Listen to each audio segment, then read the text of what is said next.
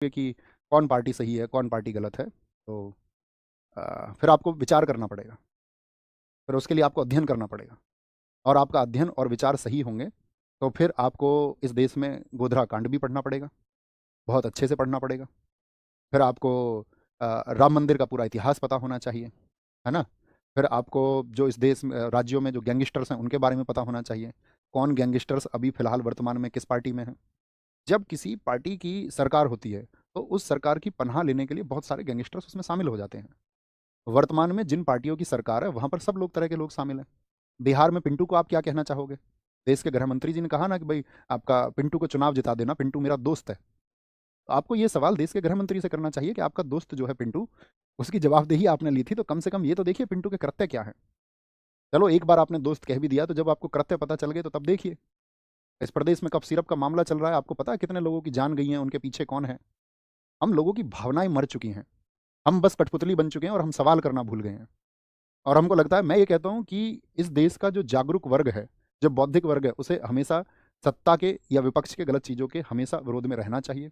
उसे बोलना चाहिए कि हाँ यहाँ पर यह गलत हो रहा है। और जब मैं तो कहता हूँ कि कभी किन्हीं और की सरकारें हो तो तब आपको विपक्ष में हो जाना है, तब शायद सत्ताएं सही काम करती हैं। ये एक जागरूक वर्ग का काम है। और यदि हम जागरूक भी नहीं हो सकते और हम चीज़ों के बारे में कुछ जानना भी नहीं चाहते, बस ये है कि हम तो एक प्रेजुडाइज के शिकार हैं, एक पूर्वाग्रह के शिकार हैं, तो मेरे दोस्त ना तो मैं कुछ कर सकता हूँ ना इस दुनिया में कोई कुछ और कर सकता है। बहुत सारे लोगों ने बहुत कुछ अच्छा इस दुनिया में करना चाहा था, उन्होंने कुछ सोचा था, कुछ योजनाएं बनाई थी, लेकिन लोग नहीं चाहते कि वो अच्छा करें। ठीक है, तो वो अच्छा हो भी नहीं पाता, क्योंकि जिसको गंदगी पसंद है वो स्वच्छता के मायने नहीं समझ सकता, और जो स्वच्छता के मायने समझता है वो गंदगी को हटा ही देता है। ठीक है, ये हम सब पर लागू होता है, पूरे देशवासियों पर। आएंगे आगे। आपको ये पता होना चाहिए आपकी डिमांड्स को सरकार ने कितना सुना था। पिछले वाले सेशन में 5,900 सवाल उठे थे बेरोजगारी के ऊपर, रोजगार को लेकर के उठे थे। आप कहोगे नहीं भैया जी, कुल प्रश्न उठे लगभग 6,000, और उन 6,000 उठे प्रश्नों पर बेरोजगारी और हम युवाओं की बात करने वाले प्रश्नों की संख्या मात्र 6 थी। और वो 6 भी विपक्ष ने उठाए थे, वो 6 भी विपक्ष ने उठाए थे। आपके पक्ष में राहुल गांधी जी संसद में बोले थे। आपके पक्ष में कौन बोला जाकर के, ये देखिए एक बार। आपकी बात को किसने दरकिनार किया ये देखिए आप। मैं तो नहीं हो सकता, चाह के भी नहीं हो सकता।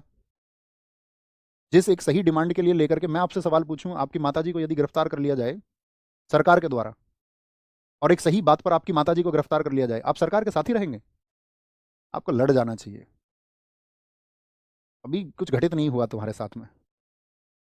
अभी तो आप तैयारी कर रहे हैं, आपको पता ना आप जिस एग्जाम की तैयारी कर रहे हैं एसएससी, उसको एडिक्विटी, एडिक्विटी कंपनी के पास टेंडर है, सब लोगों ने बताया ना, एडिक्विटी एक बैंड टेंडर है, सुना तुम्हारा किसी ने? तुम शोर मचा रहे हो यार, जागृत बनो, जाग जाओ थोड़ा। नहीं जागोगे तो कुछ नहीं हो सकता। एक समय पे जर्मनी में हिटलर भी लोगों को प्रिय था, उनको लगता था कि हाँ यही हमारा मुक्तिदाता है। ठीक है, वो लगता है, सबको लगता है, आपको नहीं लगता है। आपको भी लगता है तो मैं ये सोचूंगा कि आप भी, कोई दिक्कत नहीं है, हम सब कहीं ना कहीं किसी ना किसी पक्ष में खड़े दिखाई देंगे। आगे आए।